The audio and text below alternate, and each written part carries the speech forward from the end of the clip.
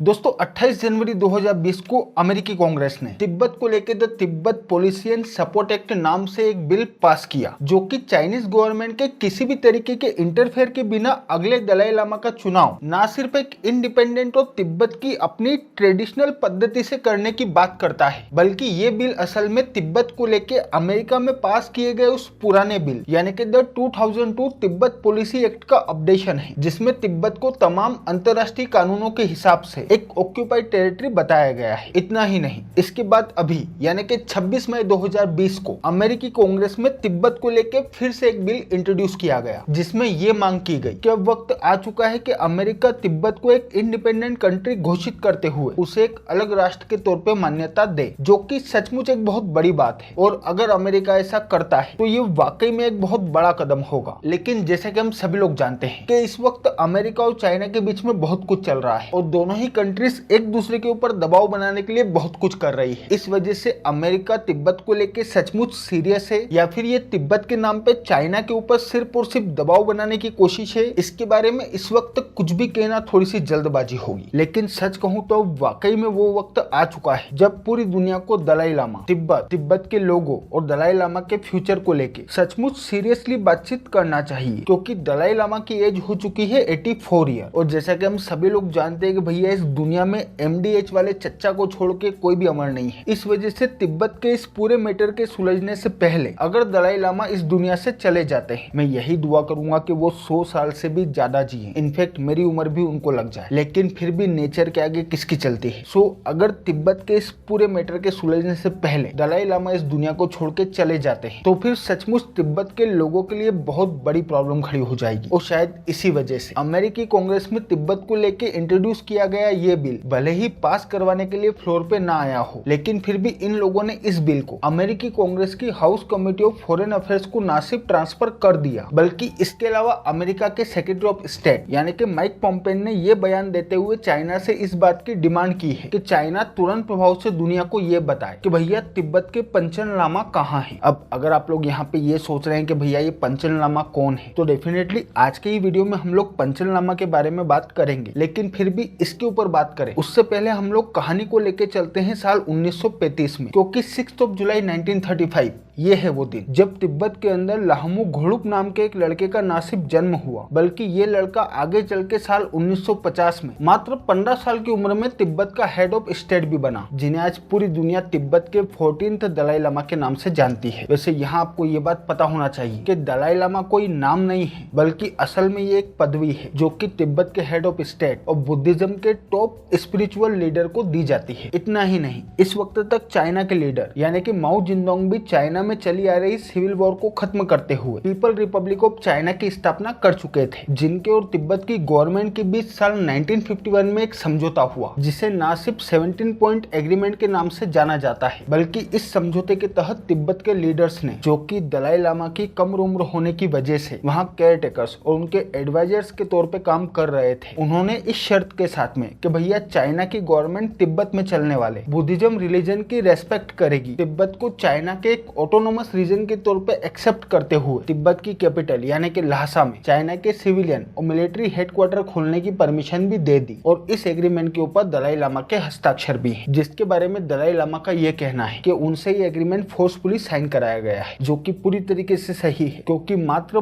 15 साल की उम्र में दुनिया का कौन सा बच्चा इतने कॉम्प्लिकेटेड एग्रीमेंट के ऊपर सोच समझ के साइन करता है, कोई नहीं करता। लेकिन फिर भी क्योंकि यहाँ पे एग्रीमेंट हो चुका था, इस वजह से उस वक्त चाइनीज गवर्नमेंट अपनी पूरी मशीनरी को लेकर ना सिर्फ तिब्बत के अंदर घुसी, बल्कि तिब्बत के लीडर्स के साथ में इन लोगों का किया गया वो प्रॉमिस उतना ही चला जितना कि चाइना का 30 रुपए वाला चार्जर चलता है। बोले तो इन लोगों ने तिब्बत में घुसने के बाद तिब्बत के कल्चर के ऊपर सीधे तौर पे हमला करते हुए धीरे धीरे तिब्बत की आत्मा को मारना शुरू किया। और इसी वजह से साल 1959 में तिब्बत के अंदर चाइना की गवर्नमेंट के खिलाफ आवाज उठना शुरू हो गई, जिसे दबाने के लिए उस वक्त चाइनीज गवर्नमेंट ने तिब्बत की कैपिटल यानी कि ल्हासा में न सिर्फ हजारों लोगों को मौत के घाट उतारा, बल्कि ये लोग दलाई लामा की भी फाइल निपटाने के चक्कर में थे। इनफैक्ट स्थिति ये हो गई कि उस वक्त दलाई लामा को अपनी जान बचाने के मकसद से अपने तकरीबन 80,000 समर्थकों के साथ शरण लेने के लिए भारत आना पड़ा, जहां भारत सरकार और भारत के लोगों ने खुले दिल से उनका भारत के अंदर स्वागत किया। और सच कहूं तो ये उन चुनिंदा फैसलों में से एक है जिसके लिए पंडित जवाहरलाल नेहरू जी की जितनी तारीफ की जाए उतनी कम है, क्योंकि उस वक्त भारत सरकार ने दलाई लामा और तिब्बत के लोगों को भारत के अंदर सिर्फ शरण नहीं दी, बल्कि जिस तरीके से भारत ने दलाई लामा और तिब्बत के लोगों को ट्रीट किया है और ट्रीट करता आया है, वो सचमुच पूरी दुनिया के लिए एक मिसाल है, जिसके बारे में हम लोग डेफिनेटली बहुत जल्द एक वीडियो के अंदर डिटेल में बात करेंगे। और अभी कहानी को फिर से लेके चलते हैं तिब्बत, क्योंकि दलाई लामा के तिब्बत को छोड़ के तिब्बत से भारत आने के बाद यानी कि साल 1965 में चाइनीज गवर्नमेंट ने तिब्बत को चाइना का एक ऑटोनोमस रीजन बनाते हुए न सिर्फ TAR यानी कि तिब्बत ऑटोनोमस रीजन की स्थापना की, बल्कि इसके बाद यानी कि साल 1966 में चाइना के लीडर माओ जेडुंग के आदेश पे तिब्बत के कल्चर को धीरे धीरे और पूरी तरीके से खत्म करने का काम शुरू किया गया, जिसके तहत तिब्बत में बनी हुई मोनेस्ट्रीज तोड़ी गई, रिलीजियस लीडर्स को गायब किया गया और दुनिया में अब तक हुआ सबसे बड़ा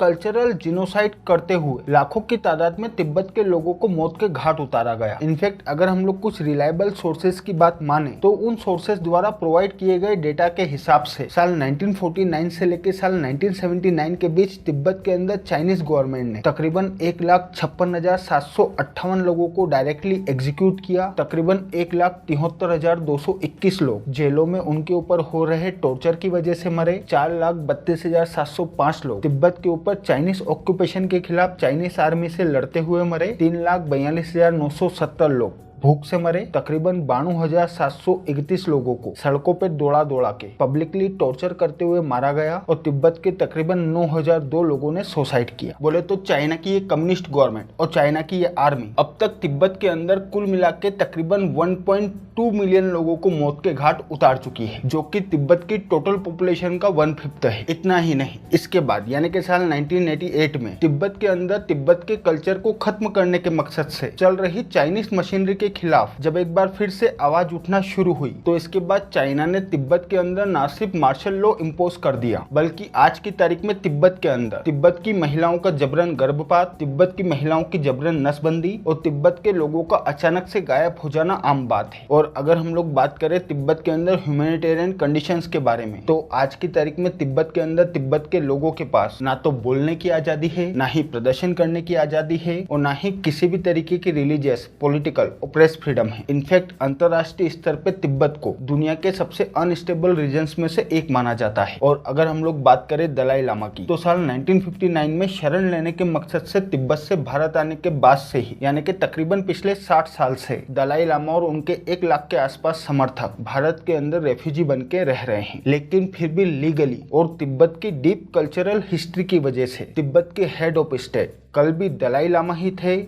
आज भी दलाई लामा ही हैं और कल भी दलाई लामा ही होंगे। और जैसा कि मैंने भी आप लोगों को थोड़ी देर पहले बताया कि भैया दलाई लामा कोई नाम नहीं है, बल्कि असल में एक पदवी है जो कि उस इंसान को दी जाती है जो कि तिब्बत का हेड ऑफ स्टेट होता है। और क्योंकि तिब्बत के लोग हर हाल में अपने हेड ऑफ स्टेट यानी कि दलाई लामा की बात मानेंगे, इस वजह से अब चाइना की एक कम्युनिस्ट गवर्नमेंट इसी पदवी की मदद से तिब्बत की बची कुची कल्चरल हिस्ट्री को भी पूरी तरीके से खत्म करते हुए तिब्बत को पूरी तरीके से और परमानेंटली चाइना में मिलाने का प्लान बना रही है, ताकि तिब्बत की आजादी को लेके जो मूवमेंट चल रहा है ये हमेशा हमेशा के लिए खत्म हो जाए। और इसी वजह से अब यहाँ इस पूरी कहानी में एंट्री होती है पंचन लामा की, क्योंकि तिब्बत के कल्चर में 2 ही फिगर हैं, एक तो दलाई लामा और दूसरे पंचन लामा, जिसमें से दलाई लामा तिब्बत के हेड ऑफ स्टेट होने के साथ साथ ये भी डिसाइड करते हैं कि अगला पंचन लामा कौन होगा। और दलाई लामा के अपने पद से हटने के बाद जब अगले दलाई लामा का सिलेक्शन होता है, तो दलाई लामा के सिलेक्शन की उस प्रोसेस में सबसे ज्यादा महत्वपूर्ण भूमिका होती है पंचन लामा की, जिनका चुनाव 10th पंचन लामा की मौत के तकरीबन 5 साल बाद तिब्बत के 11th पंचन लामा के तौर पे 14 मई 1995 को तिब्बत के मौजूदा दलाई लामा ने गोदुम चोइकी नेमा नाम के एक 6 साल के बच्चे के रूप में किया। लेकिन दलाई लामा द्वारा गोदुम चोइकी नेमा को तिब्बत के अगले पंचन लामा के तौर पे सिलेक्ट करने के मात्र 3 दिन बाद यानी कि 17 मई 1995 को चाइना की कम्युनिस्ट गवर्नमेंट ने उस 6 साल के बच्चे को ना सिर्फ उठवा लिया बल्कि तब से लेके आज तक उस बच्चे को किसी ने भी नहीं देखा। इतना ही नहीं, इसके अलावा चाइना की कम्युनिस्ट गवर्नमेंट ने दलाई लामा द्वारा तिब्बत के अगले पंचन लामा के तौर पे सिलेक्ट किए गए उस बच्चे की जगह अपने खुद के एक बंदे को तिब्बत का पंचन लामा बना के ना सिर्फ बिठा दिया बल्कि चाइना के कम्युनिस्ट गवर्नमेंट के हिसाब से अब उनके द्वारा सिलेक्ट किया गया ये पंचन लामा ही अगले दलाई लामा के सिलेक्शन में सबसे महत्वपूर्ण भूमिका निभाएगा। मतलब खेल तो समझ में आ ही गया होगा आप लोगों को। इस रास्ते से चल के अब जो दलाई लामा बनेगा वो दलाई लामा कम चाइना का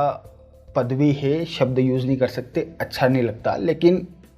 चाइना का होगा। और इसी वजह से भले ही चाइना की गवर्नमेंट ने तिब्बत के अंदर हर तरीके की फ्रीडम को खत्म करते हुए फ्री तिब्बत को लेके उठने वाली हर आवाज को दबा दिया हो, लेकिन हम लोग तो भारत में हैं और यहाँ हम लोगों को बोलने की पूरी आजादी है। इस वजह से ये है भारत में चाइनीज एम्बेसडर का ट्विटर हैंडल। इनको इस हैशटैग के साथ में ट्वीट करके ये बताइए कि भैया तिब्बत एक फ्री स्टेट है, चाइना ने उसके ऊपर जबरदस्ती कब्जा कर रखा है और चाइना की इस कम्युनिस्ट गवर्नमेंट को तिब्बत को तुरंत प्रभाव से न सिर्फ आजाद करना चाहिए बल्कि दुनिया को ये बताना चाहिए कि दलाई लामा ने पंचन लामा के तौर पे जिस बच्चे का सिलेक्शन किया था वो आखिर कहाँ है। वैसे वीडियो खत्म करने से पहले मैं आप लोगों को ये बात बता दूं कि चाइना के इस कम्युनिस्ट गवर्नमेंट से अमेरिका के सेक्रेटरी ऑफ स्टेट यानी कि माइक पॉम्पेन ने जब दलाई लामा द्वारा सिलेक्ट किए गए पंचन लामा की लोकेशन के बारे में पूछा तो उन लोगों का इस सवाल को लेकर ये रिस्पॉन्स था कि भैया पंचन लामा पूरी तरीके से सुरक्षित है और चाइना के अंदर ये एक स्टेबल जॉब कर रहे हैं, लेकिन कहाँ है ये चाइना की गवर्नमेंट बताने को तैयार नहीं है। बाकी तो मैं हूँ आपका दोस्त सौरभ और आप देख रहे थे ज्ञान जराट के। Thank you for watching,